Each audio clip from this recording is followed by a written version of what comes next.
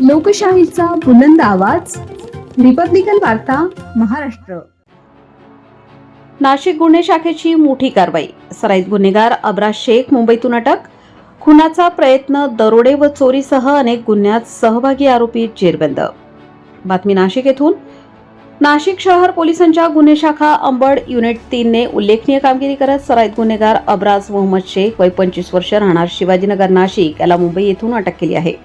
Gangapur police ठाण्याच्या हद्दीत खुनाचा प्रयत्न आणि गंभीर गुन्ह्यांमध्ये सहभागी असलेल्या या आरोपीचा शोध घेण्यासाठी पोलिसांनी विशेष पथक तयार केले होते. नाशिक शहरातील वाढत्या गुन्हेगारीवर नियंत्रण ठेवण्यासाठी पोलीस आयुक्त संदीप कर्णिक यांच्या मार्गदर्शनाखाली गुन्हे शाखेकडून विशेष मोहीम राबवण्यात येत आहे. त्याअंतर्गत अब्राज शेख याच्यावर 2019 पासून खुनाचा प्रयत्न, जबरी चोरी, शस्त्रास्त्राचा धाक दाखवून लूट अशा अनेक गंभीर गुन्ह्यांची नोंद आहे. तसेच त्याच्यावर प्रतिबंधात्मक कारवाईही करण्यात आली होती. मात्र तो पुन्हा गुन्हेगारीकडे वळल्याचे समोर आले. दिनांक 20 ऑगस्ट 2026 रोजी आरोपीने पुन्हा नाशिकमध्ये साथीदारांसह येऊन शिवाजीनगर परिसरात एका तरुणावर धारधार शस्त्राने हल्ला केला. या घटनेत गंभीर जखमी झालेल्या युवकावर उपचार सुरू असून या प्रकरणी गंगापूर पोलीस ठाण्यात गुन्हा दाखल करण्यात आला आहे. तांत्रिक विश्लेषण व गुप्त माहितीच्या आधारे आरोपी मुंबईत लपल्याची माहिती पोलिसांना मिळाली. त्यानुसार गुन्हे शाखेच्या पथकाने विक्रोळी, मुंबई येथे सापळा रचून अब्राज शेख याला अटक केली. ही कारवाई पोलीस निरीक्षक मोतीलाल पाटील यांच्या नेतृत्वाखाली पार पडली. आरोपींकडून अनेक गुन्ह्यांची कबुली मिळाली असून त्याच्यावर विविध पोलीस ठाण्यात गंभीर स्वरूपाचे गुन्हे दाखल आहेत.